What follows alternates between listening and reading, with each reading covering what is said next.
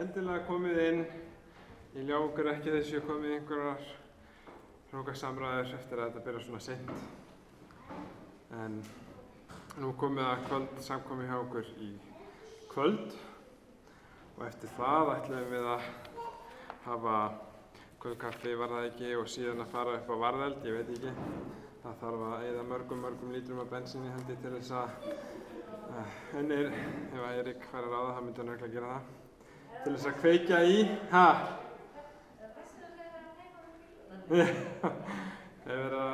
þið vitið það sem sagt, þið komist ekki heim, þá þurftum við aðeins að fá smá lánað. Nei, það er ekki að gerast. En þannig að við sjáum bara hvað gerist. En við ætlum aðeins að syngja nokkur lög saman og síðan ætlar hann að tala til okkar, segja okkur einhverja sögu hér í kvöld. En ég ætla bara að byrja því að hefja þessa samkomu með bæn og síðan syngja nokkur lög saman. Kæri Faðir á himnum, við þökkum þér fyrir þennan dásamlega hvíldardag, að við getum verið hér saman á Hlíðarskóla, notið samverunar og samfélagsins, og við biðjum þig bara að blessa okkur þessari stund og hjálpa okkur að í öllu sem við erum að hlusta á og syngja og gera, að við megum læra að þekkja þig betur, góði Guð. Við biðjum í Jesú nafni. Amen.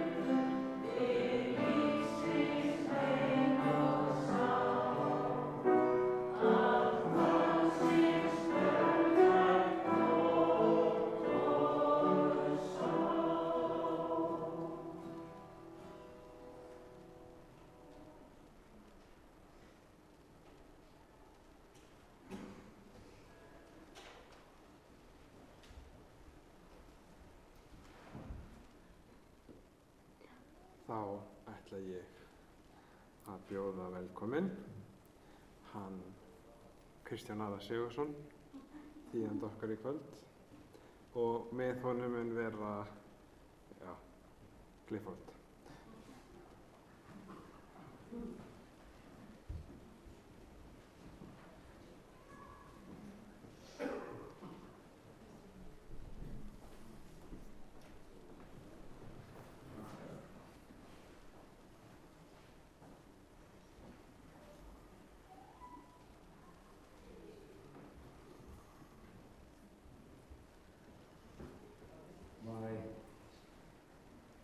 The battery's going dead on my iPad.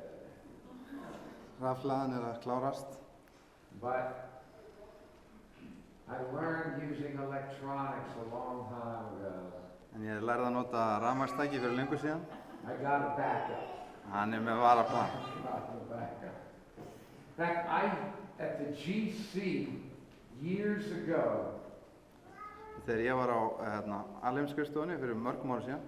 When I used to give worships in the morning. Og ég var með svona morgunstund. I would give them out of my iPhone. Þá notaði ég alltaf iPhone-in. And I don't think they ever saw anybody do that before, but I started preaching out of my smartphones years ago.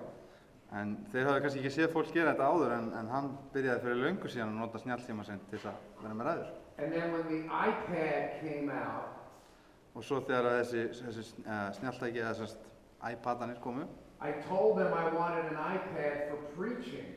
Þá sagði hann, ég vil fá svona tæki til að nota þegar ég er að predika.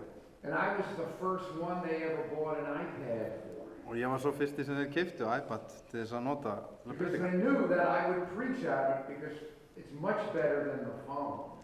Og þau vissu að hann myndi nota það, þannig að þeir keyptu hann.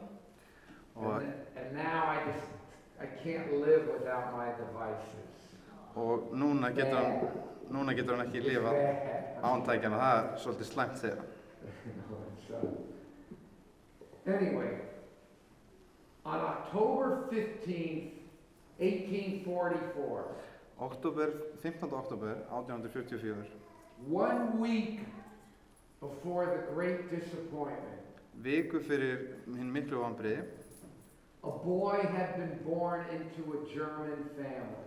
Fæddist drengur í þýska fjölskyldu. They were pious Lutherans, the family he was born into. Fjölskyldan var mjög svona, virkir lútherstrúar. And they named the baby, they named him Frederick. Og þau skýrðu barnið Fredrik. And we've already met him earlier. It was Friedrich Nietzsche. Og þið hafum heyrt hann núna fyrr í dag, því að það er Friedrich Nietzsche. And Nietzsche went on to become one of the most influential atheist thinkers in the past 200 years. Og Nietzsche hann var síðan virkasti öflugasti guðleysingi sína okkar tíma bara. See, Nietzsche thought that belief in the Christian God was dying in the Western world. Nietzsche hélt að trúin á Krist var að deyja í hinu vestræna heimi. But because the God was dying, og veist að Guð var að deyja, he railed against the Christian morality which still existed in the West. Að þá ákvað hann að beita sínum áhrifum gegn hinum kristnilegum siðferðisgildum sem að enn ráða ríkjum í vestrænum ríkjum. The idea is you don't believe in this God anymore. Why are you still practicing his morality? Og hugmyndin þið trúið ekki á hana Guð lengur, af hverju eru þessi siðferðisgildi ennþá ykkar gildi? For Nietzsche, Christianity was what he called a slave morality. Og fyrir Nietzsche að þá var siðgæði kristninnar, það var bara þræla siðgæði. It was a morality of weak people. Þetta var eitthvað fyrir veiklinda fólk.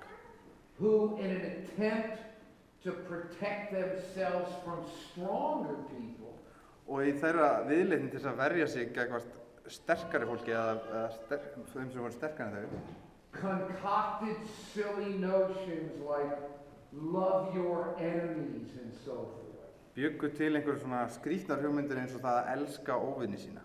I mean, if you were a weak, oppressed people, wouldn't you want the stronger ones above you to love their enemies and so forth?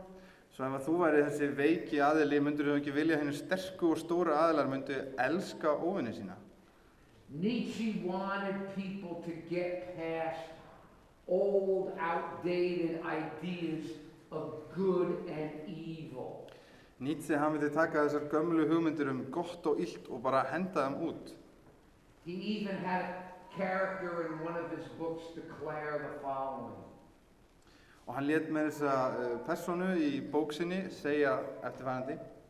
The character declared, smash the old law tablets, meaning of course the Ten Commandments. Og hann segir, karakterinn eða personan í þessari bók segir, brjótum hinn gömlu boð. Og þá var hann að tala boðurinn 10.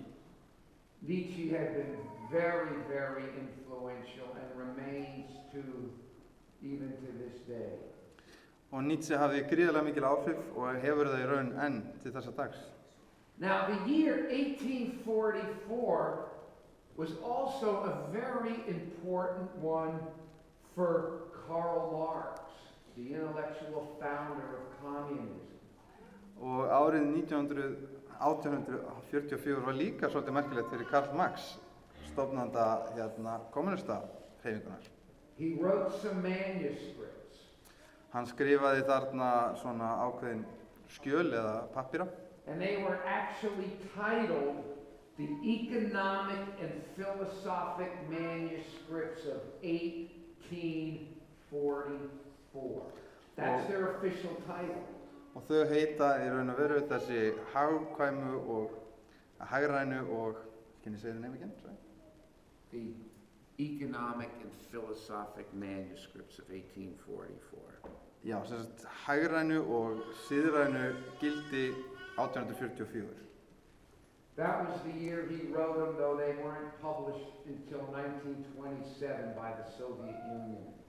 Og hann skrifaði þetta þá, en það var ekki birt fyrir 1927 af Sovjíska Unionum, eða Sovétríkjunum. And these manuscripts show the early development of Marxist communist ideology. Og þessi handrit, þau sýna hvernig hans fyrstu hugmyndir kommunisman þegar þau voru að mótast. And he argued that history and the world was purely materialistic. Og hann færði fram rök til að koma því að heimurinn væri einfallega búinn til úr efnum og væri bara sem slíkur efni. And history was moving through various economic stages. Og sagan hún færi bara í gegnum ákveðin hagræn ástund. And eventually the workers of the world would unite. Þess að hagkværi færi í gegnum sveiflur og endanum myndi verkafólk þessa heims saminast. They would overthrow their capitalist oppressors. Og þau myndu bara henda frá þessum kapitalistum sem að réðu ríkjum og stjórnu. And they would create a communist utopia on earth. Og þannig yrði til þessi kommuníska útópía eða þessi friðland þar sem allir eru jafnir. Now the year 1844 had also been a very important one for Charles Darwin and the theory of evolution. Árið 1844 var líka mikilvægt fyrir Charles Darwin og þróunarkenningu hans. That year he had written the following to his wife. Þetta ár þá skrifaði hann eftirfarandi til konu sinnar. I have just finished the sketch of my theory about species. Hann skrifaði, ég hef núna nýverið klárað að skera svona handritið eða grunnhugmyndina af bókinni minni uppruna tegundara. If, as I believe that my theory is true, Ef það svo reynist að þessi kenning mín sönn, and if it be accepted even by one competent judge, og ef hún bara metin vel af einum dómara, it will be a considerable step in science. Að þá verður það gríðarleg framför fyrir vísindin. And this essay that he wrote has a name. Og þessi ritgerð sem hann skrifaði hefur nafn. It's called The Essay of 1844. Og þessi ritgerð heitir Ritgerðin 1844. And in it, Darwin produced one of the earliest expressions of his theory of evolution. Og þarna koma frumhugmyndir hans þróunarkenninguna fyrst fram. Even if it hadn't been made really public then. Jafnvel þáttir að hún hefði ekki orðið það opinber þá. Of course, in the year 1859, Árið 1859, with the publication of On the Origin of the Species, þegar hann prentaði, sem sagt, já, það bókin upphaf. that's when Darwin publicly promoted his view. Upphaf, uppruni tegundan, já, takk hérlega fyrir. Þá fyrst kynnti hann þetta svona opinberlega. He published his view that all life on Earth Að þá birti hann hans skoðun að allt líf á jörðinni originated from one common ancestor by chance, natural selection alone. mætti rekja til einn sameiginlegs forföðurs með eingöngu tilviljunarkenndum hætti eða því ferli. So 1844, the year Nietzsche's born. 1844, árið sem Nietzsche fæddist. 1844, an important year for communism. 1844, mikilvægt ár fyrir kommunisman. 1844, an important year for the theory of evolution. 1844, mikilvægt ár fyrir þróunarkenninguna. Now, forgive me, but I don't think it's just a coincidence. Afsakið mig, en ég trúi ekki að þetta geti verið bara hrein tilviljun. I don't think it was just a coincidence that this year 1844 Ég trúi ekki að þetta sé tilviljun að þetta ár 1844, was the fulfillment of the 2300-day prophecy of Daniel 8:14. Að það sé líka uppfylling 2300 daga spádóms Daniels.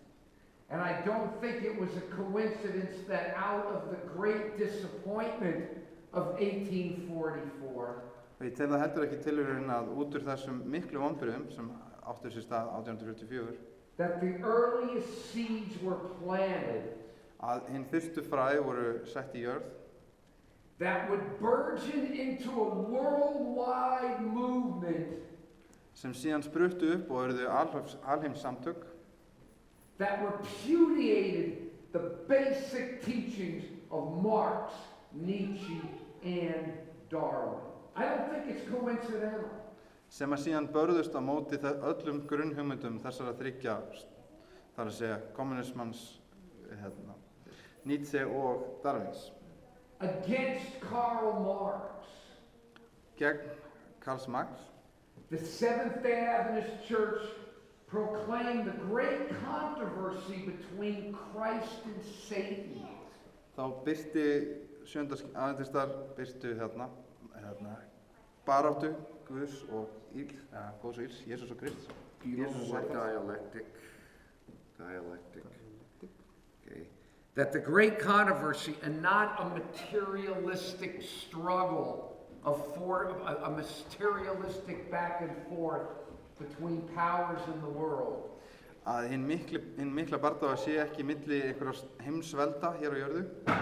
This great controversy explained the flow of history. Að þessi mikla deila mikla útskýri hvernig sagan flæðir. And it wasn't going to end in some man-made utopia on earth. Og það myndi ekki enda með einhverju manngerðri paradís.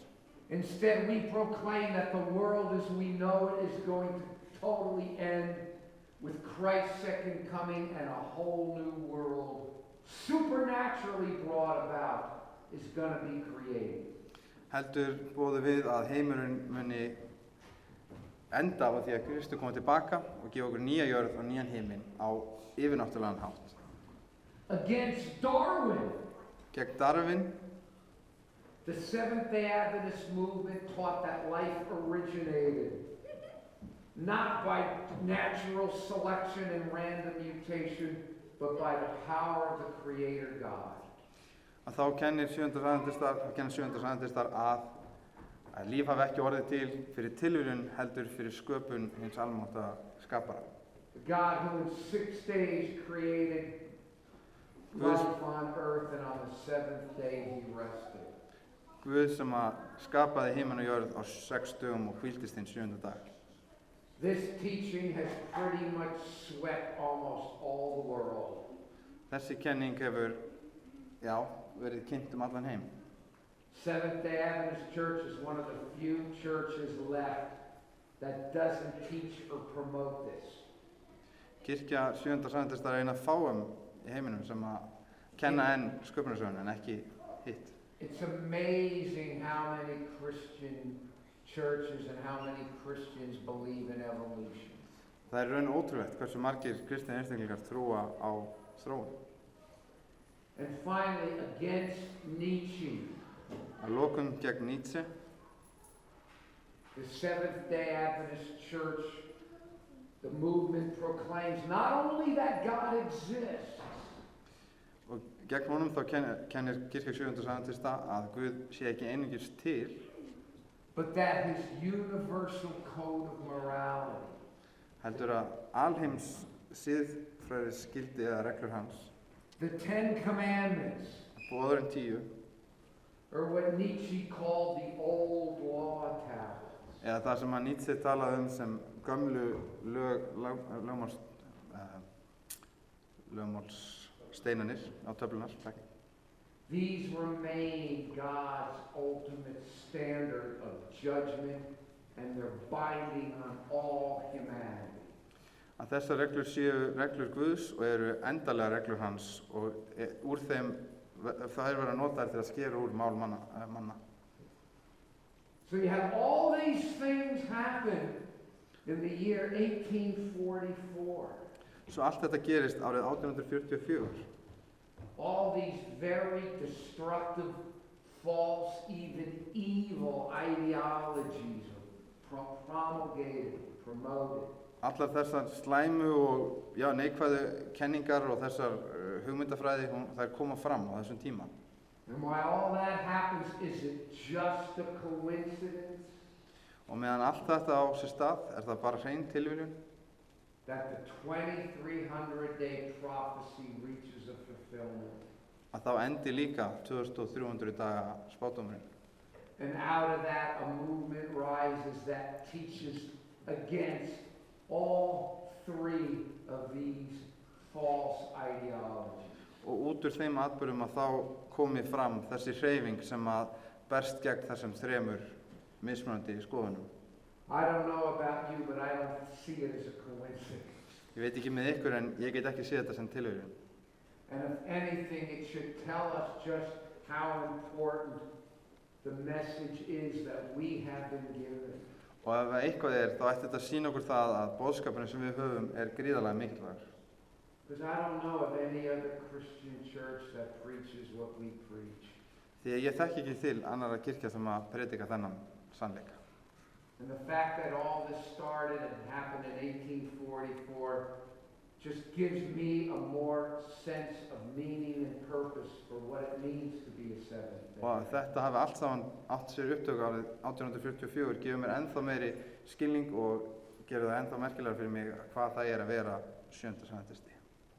We've got a message that no one else has been preaching. Við höfum boðskap sem að engin annar hefur verið látið heyra. The question we have to ask ourselves is how faithful are we in preaching this message to the world? Spurningin sem við þurfum að spyrja okkur svo hversu trúfast höfum við verið að segja heiminum frá. A world that has been and continues to be filled with one false teaching after another. Heimur sem hefur verið uppfullur af fölskum einni og annarri falsri kenningu hér aftur og aftur. And I'm done for the day. Og ég búinn í dag. Well, let me just have a prayer. Ég ætla að hafa bæn. I don't know what you're going to do, but I'm going to go to sleep. Ég veit ekki með ykkur en ég ætla að fara að sofa. It's been fun, but I am tired. Þetta er búið að vera gaman en ég er þreyttur. Okay. Father, I thank you for the truth as it is in Jesus. Kæri himneski Faðir, ég þakka þér fyrir sannleikann eins og hann birtist í Kristi. And I thank you so much for the Adventist message. Og ég þakka þér svo kærlega fyrir boðskap aðventista. And tomorrow I want to look a little more at just how unique this message is. Og á morgun þá langar mig að líta ennþá nær á það hversu einstakur þessa boðskapur í raun er. And what a privilege we have to be the ones to spread it to the world. Og hvílík forréttindi það eru að fá að dreifa hann til heimsins. In Jesus' name, amen. Í Jesú nafni, amen.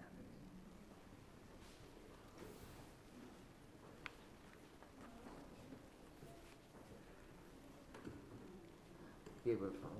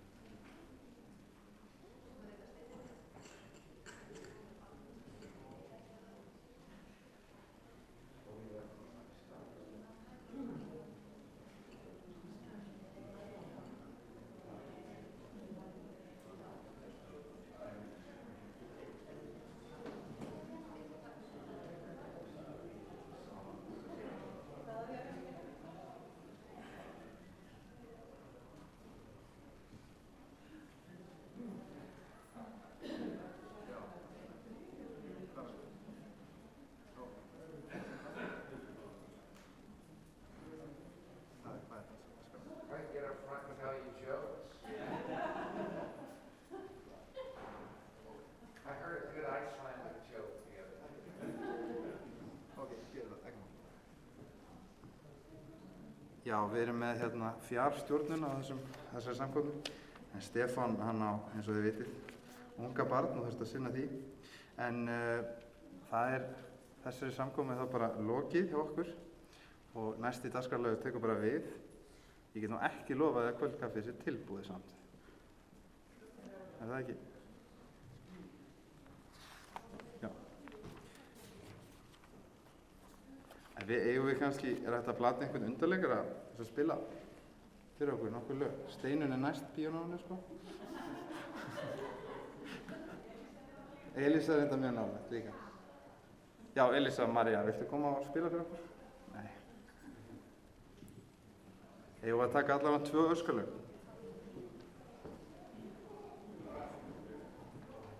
Þarfum við ekki að gera það? Það er fyrstur upp með höndina, hann fara að velja fyrsta lagið.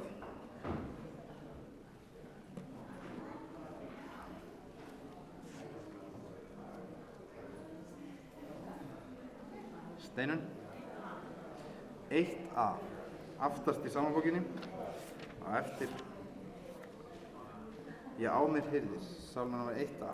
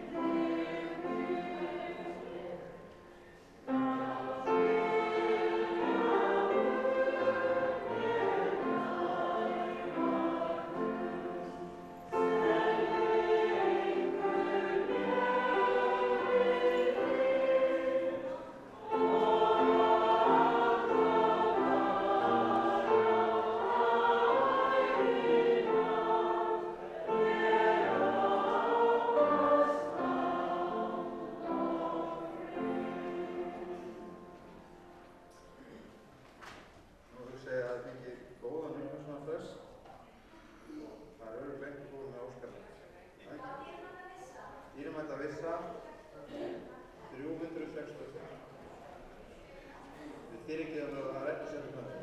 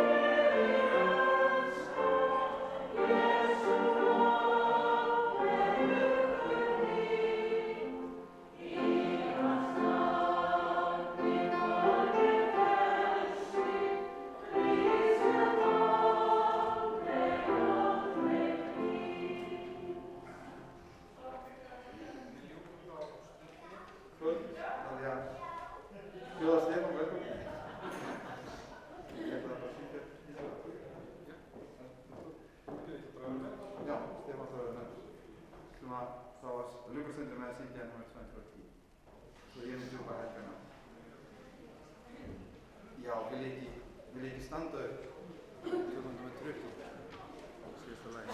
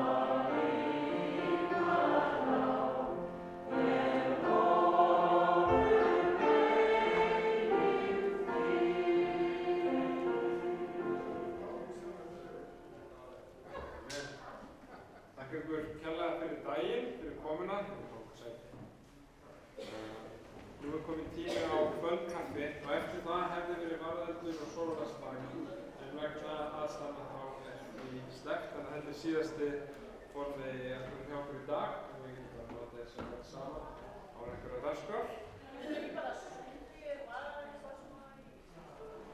Jú, það er hægt því það er opið til þess að gera hvað þessi fólk vil gera. Þau vilja gera það, gerum við það. En ég get alveg geta, já. Nú, já. Bara hvað sem er. Algjört frelsi, já. Það er á morgun, annað kvöld, þá er skemmtikvöld. Þar verður meðal annars marserar og annað skemmtilegt. Þannig ég hveti ykkur öll til þess að fara ekki of snemma heim. Við höfum stundum enda sumardegi snemma á sunnudegi, rétt eftir hádegi. En það er fullt dagskrá á morgun og það er ástæða til þess að vera hérna alveg fram að þeirri dagskrá. Ég ætla bara að enda kannski með smá bæn fyrir okkur og síðan vísa ykkur yfir í stúlknuvistina. En vísa ykkur, bjóða ykkur að fara þangað í smá bænkar.